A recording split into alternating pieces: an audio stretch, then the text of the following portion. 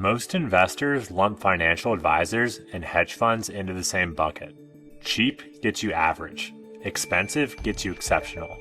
That's not what's actually happening. In reality, they are solving completely different problems with completely different tools for completely different stages of your financial life.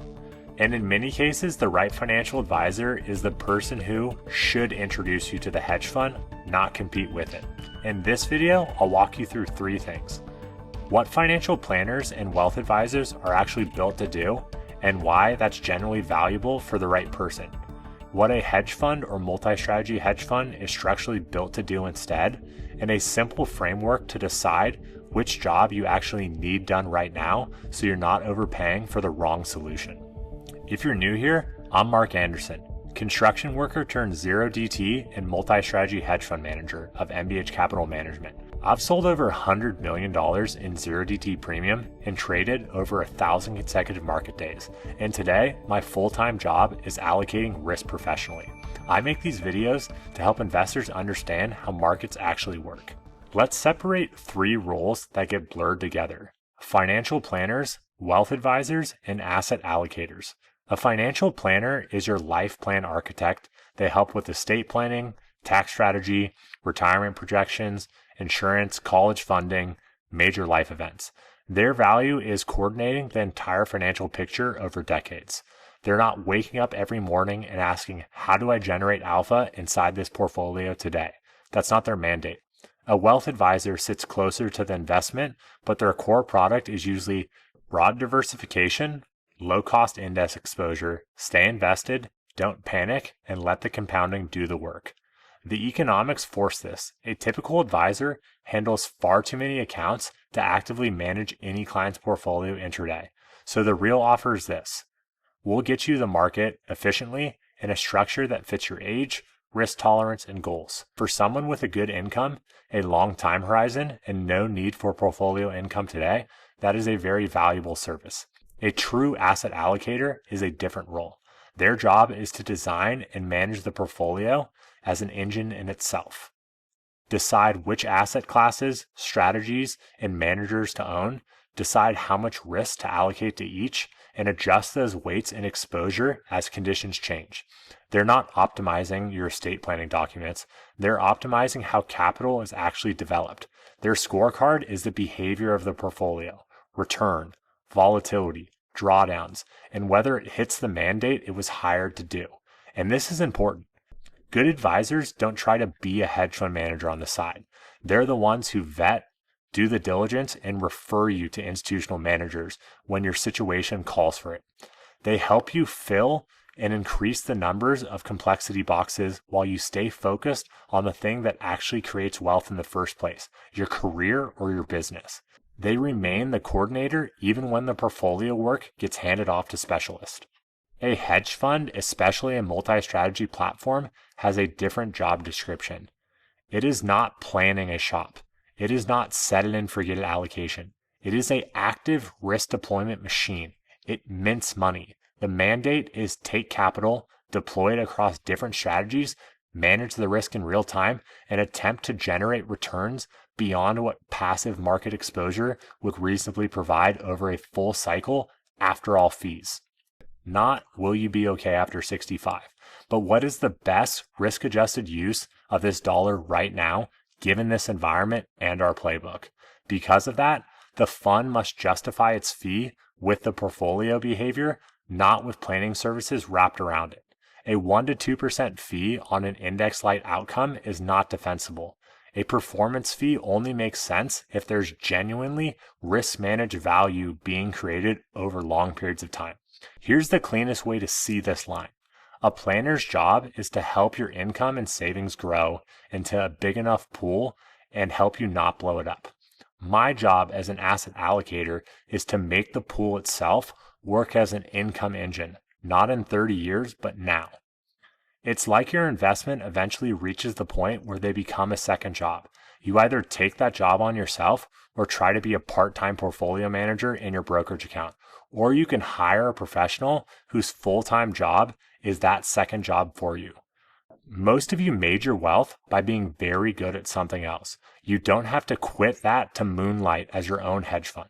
So which one do you actually need? Think in 3 phases. Phase 1, career is the engine. Your earned income massively outweighs your portfolio returns.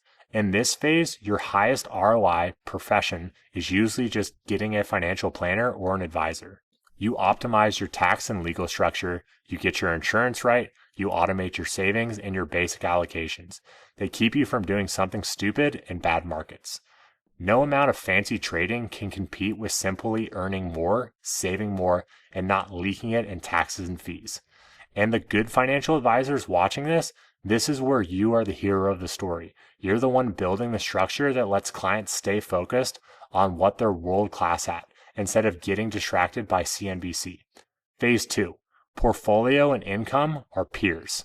Your portfolio is now large enough that a good or bad year moves the needle of your actual life. At this point, how the portfolio is managed starts to matter more. You're entering the zone where sequence of returns risk is real. Risk management and strategy selection matters.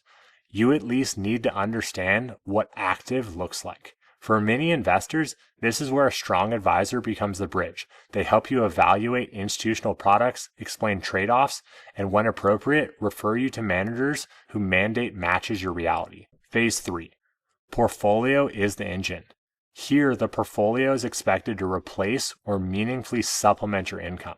At this point, the planner's main job is to largely complete the pile is built. The wrappers are set up. The question becomes, can this capital, as actually deployed, do what I'm asking it to?